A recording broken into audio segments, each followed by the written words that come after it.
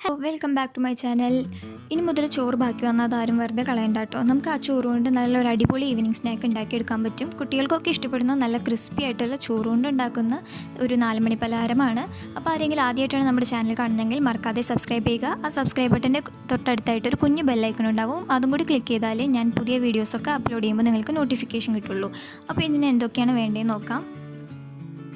അപ്പം ഞാനിവിടെ 2 കപ്പ് ചോറ് എടുത്ത് വെച്ചിട്ടുണ്ട്. ഏത് ചോറ് വേണമെങ്കിലും വെച്ചിട്ട് നമുക്കിത് ഉണ്ടാക്കാം കേട്ടോ. ഇന്ന ചോറ് വേണമെന്നൊന്നുമില്ല. ഞാനിത് ഉപ്പിട്ട് വേവിച്ചതാണെങ്കിലും ഉപ്പിടാണ്ട് വേവിച്ചതാണെങ്കിലും കുഴപ്പമില്ല. പിന്നെ വേണ്ടത് ഒരു സവാള ചെറുതായിട്ട് അരിഞ്ഞത്, പിന്നെ 2 തണ്ട് കറിവേപ്പില, 1 കപ്പ് കടലമാവ്, പിന്നെ മുളക് പൊടി 2 ടീസ്പൂൺ, ഉപ്പ് ആവശ്യത്തിന്, പിന്നെ ഈ ചോറൊന്ന് ചെറുതായിട്ടൊന്ന് അരച്ചെടുക്കാൻ വേണ്ടിയിട്ട് കുറച്ച് വെള്ളം. പിന്നെ ഈ ബോൾസ് നമ്മൾ വറുത്തെടുക്കുമ്പോൾ ഒന്ന് ക്രിസ്പി ആയി വരാനായിട്ട് കുറച്ച് അരിപ്പൊടിയും കൂടി ചേർക്കുന്നുണ്ട്.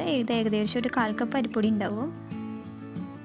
ഇനി ചെയ്യേണ്ടത് ഒരു മിക്സിയുടെ ജാറിൽ നമുക്ക് ഈ ചോറ് ആദ്യം തന്നെ നിന്ന് അരച്ചെടുക്കാം.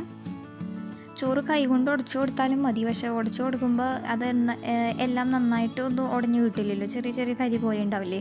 അതുകൊണ്ട് ഞാൻ മിക്സിയിലൊന്ന് അരച്ചെടുക്കണമെന്നുള്ളൂ. കൈ കൊണ്ട് ഉടച്ചാലും കുഴപ്പമൊന്നുമില്ല. മിക്സിയിലാവുമ്പോൾ എല്ലാം ഒരേപോലെ നന്നായിട്ട് അരഞ്ഞു കിട്ടുമല്ലോ. ഇത് ചോറ് തന്നെക്കിട്ട് അരച്ചെടുക്കാനായിട്ട് ബുദ്ധിമുട്ടുണ്ടെങ്കിൽ കുറച്ച് വെള്ളം ഒഴിച്ച് കൊടുക്കാം കേട്ടോ. ഒരുപാട് വെള്ളം ഒഴിക്കണ്ട. അങ്ങനെയാകുമ്പോൾ നമ്മളത് അരച്ച് വരുമ്പോൾ വല്ലാണ്ട് വെള്ളമാവും. അത് തന്നെ അത്ര വെള്ളം ഒഴിക്കണ്ട. കുറച്ച് വെള്ളം ഒഴിച്ചിട്ട് ചോറ് നന്നായിട്ട് അരച്ചെടുക്കാം. ഇപ്പം ഞാൻ ചോറ് അരച്ചെടുത്തിട്ടുണ്ട്. ഇപ്പോൾ ഈ പാകം കണ്ടാൽ നിങ്ങൾക്ക് മനസ്സിലാവും, നല്ല കട്ടിയായിട്ടാണ് അരച്ചെടുത്തിരിക്കുന്നത്. ഇനി ഇതിലേക്ക് നമ്മൾ കടലമാവ് അരിപ്പൊടിയൊക്കെ ചേർക്കുമ്പോൾ കുറച്ചും കൂടി ഒന്ന് സ്റ്റിഫാവും. പക്ഷേ ഇത് നമ്മൾ ചപ്പാത്തി മാവിൻ്റെ ഇതൊക്കെ കുഴക്കണ പോലെ അത്രയ്ക്ക് ഹാർഡൊന്നും ആവില്ല കേട്ടോ. ഇതിങ്ങനെ കയ്യിലിങ്ങനെ ഒട്ടി പിടിക്കുന്ന നിലയ്ക്ക് ഇങ്ങനെ കുഴഞ്ഞുള്ള ഒരു പാകമാണ് ഇതിൻ്റെ ഒരു പാകം എന്ന് പറയുന്നത്.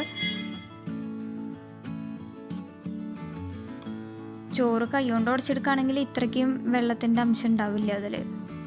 ഇതിലേക്ക് ഞാൻ 1 സവാള അരിഞ്ഞത് ചേർക്കുന്നുണ്ട്. സവാള അരിയുമ്പോൾ ചെറുതായിട്ട് അരിയുക, അതല്ലാന്നുണ്ടെങ്കിൽ നമുക്ക് ഉരുട്ടിയെടുക്കുമ്പോൾ അത് ഷേപ്പാക്കി എടുക്കാൻ പറ്റില്ല.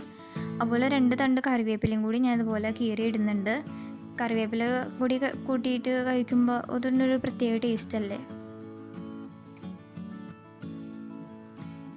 അതുപോലെ ഇതിലേക്ക് നമ്മൾക്ക് ഒരു 2 ടീസ്പൂൺ മുളക് പൊടി ചേർക്കുന്നുണ്ട്. മുളക് പൊടി അങ്ങനെ അധികം ചേർക്കണമെന്നൊന്നുമില്ല, കാരണം ഇതിൻ്റെ ടേസ്റ്റ് എന്ന് പറയുന്നത് എരിവല്ല. ഇത് നമ്മൾ സോസൊക്കെ കൂട്ടി കഴിക്കുന്ന ആ ഒരു പാകമാണ് ഇതിന്.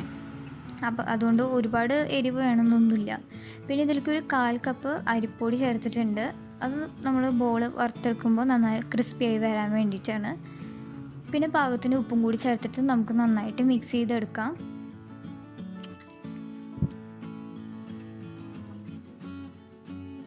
ഈ ബോൾസ് എന്ന് പറയുമ്പോൾ വറുത്തെടുക്കുമ്പോൾ നല്ല ക്രിസ്പി ആയിരിക്കും കേട്ടോ. അത് നമ്മൾ ഈ അരിപ്പൊടി ചേർത്തുകൊണ്ട് തന്നെ നല്ല ക്രഞ്ചി ആയിരിക്കും പുറം ഭാഗം. അതുപോലെ തന്നെ ഉള്ളിൽ നല്ല സോഫ്റ്റ് ആയിരിക്കും. ഇത് ഞാൻ ആദ്യം ഒന്ന് സ്പൂൺ കൊണ്ട് ഇളക്കി ജസ്റ്റ് ഒന്ന് മിക്സ് ചെയ്തിട്ട് നമുക്ക് കൈ കൊണ്ട് തന്നെ നന്നായിട്ട് കുഴച്ചെടുക്കാം. എന്നാലും നമുക്ക് അതിൻ്റെ ഒരു പാകം ശരിക്കും മനസ്സിലാക്കാൻ പറ്റുള്ളൂ. എന്നിട്ട് ഞാൻ ഇതിലേക്ക് കുറച്ച് കടലമാവ് ചേർത്ത് കൊടുക്കുന്നുണ്ട്. ഞാൻ 1 കപ്പ് കടലമാവ് എടുത്തു വെച്ചിട്ടുണ്ട്. അത് മുഴുവനായിട്ട് ഒന്നിച്ച് ചേർക്കാണ്ട് കുറേശ്ശെയായിട്ട് മിക്സ് ചെയ്തെടുക്കുക. ഈ 1 കപ്പ് മുഴുവൻ നമുക്ക് വേണ്ടി വരും, പക്ഷെ ആദ്യം തന്നെ ഒരുമിച്ച് ചേർക്കണ്ട. കുറേശ്ശെയായിട്ട് ചേർത്തിട്ട് കുഴച്ചെടുത്താൽ മതി. ഇപ്പോൾ ഈ മാവ് ഇത് നിങ്ങൾക്ക് കണ്ടറിയാം, അത് അത്രയ്ക്ക് ഹാർഡൊന്നല്ല, നല്ല കുഴഞ്ഞിട്ടുള്ള ഒരു ഭാഗം തന്നെയാണ്, കയ്യിൽ ഒട്ടി പിടിക്കുന്ന ഒരു ഭാഗമാണ്. അപ്പോൾ ഞാൻ വറുത്തെടുക്കാനുള്ള എളുപ്പത്തിന് ഇതേപോലെ ബോൾസ് ആക്കിയിട്ട് ഓൾറെഡി ഉരുട്ടി വെച്ചിട്ടുണ്ട്. പിന്നെ ഞാൻ അതുപോലെ ഇത് വെളിച്ചെണ്ണയിലാണ് വറുത്തെടുക്കാൻ പോകുന്നത്. വെളിച്ചെണ്ണ ഞാൻ ഇവിടെ ഒരു നോൺ സ്റ്റിക്ക് പാനിൽ ചൂടാക്കാൻ വെച്ചിട്ടുണ്ട്. അപ്പോൾ നമുക്കിത് വറുക്കുന്നതിന് മുമ്പായിട്ട് ഒരു പച്ചമുളകും അതുപോലെ തന്നെ 2 തണ്ട് കറിവേപ്പിലയും കൂടി ഒന്ന് വറുത്തെടുക്കാം. ഇതുപോലെയുള്ള സ്നാക്സൊക്കെ ഉണ്ടാക്കുകയാണെന്നുണ്ടെങ്കിൽ ഇങ്ങനെ നമ്മൾ വറുക്കുന്നതിന് മുമ്പ് ഈ ഒരു എന്താ പറയുക, ഇങ്ങനെ ഈ പച്ചമുളകും കറിവേപ്പിലയും ഒന്ന് വറുത്തെടുത്ത് കഴിഞ്ഞാൽ ആ വെളിച്ചെണ്ണയിലേക്ക് ആ ഒരു ഫ്ലേവർ ഉണ്ടാവുമല്ലോ, അതിന് വേണ്ടിയിട്ടാണ് ഞാനിത് വറുത്തെടുക്കുന്നത് കേട്ടോ. പച്ചമുളക് ചെറുതായിട്ടൊന്ന് കീറിയിട്ട് ഇട്ട് കൊടുത്താൽ ആ ഒരു പച്ചമുളകിൻ്റെ ആ എരിവ് നമ്മളുടെ ഈ വെളിച്ചെണ്ണയിലേക്ക് വരും. അതുപോലെ ഇതിൻ്റെ കൂടെ ഞാൻ 2 തണ്ട് കറിവേപ്പിലയും കൂടി ഇട്ട് കൊടുത്തിട്ടുണ്ട്. ഇത് ജസ്റ്റ് ഒന്ന് നിറം മാറി ഒന്ന് മൂത്ത് വരുമ്പോൾ നമുക്കത് വറുത്ത് കോരി എടുക്കാം.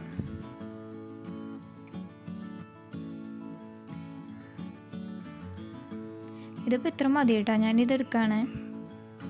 എന്നിട്ട് ഇതിലേക്ക് നമ്മൾക്ക് നേരത്തെ ഉരുട്ടി വെച്ചിരിക്കുന്ന ആ ചോറിൻ്റെ ആ ഉണ്ടകളുണ്ടല്ലോ, നമുക്കത് ഫ്രൈ ചെയ്തെടുക്കാം. ആ ബോൾസ് നമ്മൾ ഫ്രൈ ചെയ്തെടുക്കുമ്പോൾ വെളിച്ചെണ്ണ നന്നായിട്ട് ചൂടായിട്ടുണ്ടാവണം. എന്നിട്ട് നമ്മളിത് ഇട്ട് വഴിക്ക് തീ ഒന്ന് കുറച്ച് വയ്ക്കുക. അതല്ലെങ്കിൽ കൂട്ടി എന്താ പറയുക, ഹൈ ഫ്ലെയിമിൽ നമ്മളിത് വിട്ട് വറുത്ത് കഴിഞ്ഞാൽ പുറം ഭാഗമൊക്കെ നല്ല ഭംഗിയിൽ പെട്ടെന്ന് തന്നെ കളർ മാറിയിട്ടൊക്കെ കിട്ടും. പക്ഷേ ഇതിൻ്റെ ഉൾഭാഗം ഒന്നും സെറ്റായിട്ടുണ്ടാവില്ല. നമ്മളത് അരിപ്പൊടിയും കടലമാവൊക്കെ ചേർത്തിട്ടുള്ളതല്ലേ, അപ്പോൾ അത് കുക്ക് ചെയ്ത് വരാൻ കുറച്ച് ടൈം എടുക്കില്ലേ. അതുകൊണ്ട് ഇത് ഒരു ചെറിയ മീഡിയം ഫ്ലെയിമിൽ ഇട്ടിട്ട് വേണം ഫ്രൈ ചെയ്തെടുക്കാനായിട്ട്. ഇതിങ്ങനെ നമ്മൾ ഓൾറെഡി മുന്നേ തന്നെ ഉരുട്ടി വെച്ചേക്കാണെങ്കിൽ നമുക്കിങ്ങനെ എണ്ണ ചൂടാകുമ്പോൾ പെട്ടെന്ന് എടുത്തിട്ട് വറുത്തെടുക്കാൻ പറ്റും. പിന്നെ നമ്മൾ ഉരുട്ടി വെച്ച് ആ ബോൾ നമ്മൾ ഈ എണ്ണയിലേക്ക് ഇട്ട് അത് ചൂടാകുമ്പോൾ ഒന്നും കൂടി ചെറുതായിട്ടൊന്ന് പൊന്തൂട്ട. അത് വല്ലാണ്ട് പൊന്തൊന്നുമില്ല, ചെറുതായിട്ടൊന്ന് പൊന്തി അത് നല്ലൊരു കറക്റ്റ് ഷേപ്പായിട്ട് വരും അത്.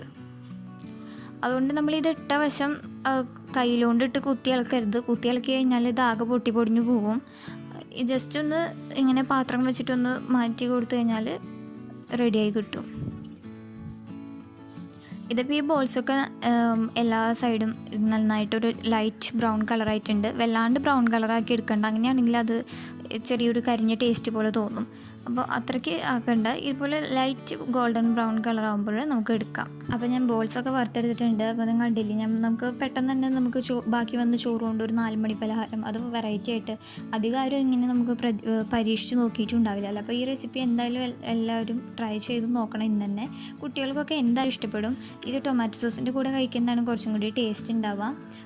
വേണമെന്നുണ്ടെങ്കിൽ നിങ്ങൾക്ക് തേങ്ങ ചട്നിയുടെ കൂടെയും കഴിച്ചു നോക്കാം കേട്ടോ, അതും നല്ല ടേസ്റ്റ് തന്നെയാണ്. വീഡിയോ ഇഷ്ടപ്പെട്ടെങ്കിൽ എല്ലാവരും ലൈക്ക് ചെയ്യുക, ഫ്രണ്ട്സിനും റിലേറ്റീവ്സിനും ഒക്കെ ഷെയർ ചെയ്യണം കേട്ടോ. Thanks for watching.